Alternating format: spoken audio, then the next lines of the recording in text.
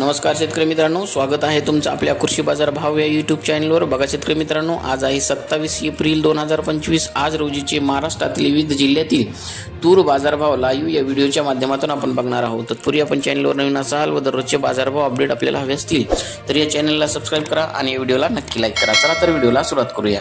कृषी उत्पन्न बाजार समिती आहे जालना, आवक आलेली 1297 क्विंटल, किमान दर आहे 6800, कमाल दर आहे 7240, सर्वसाधारण दर आहे 6940 रुपये।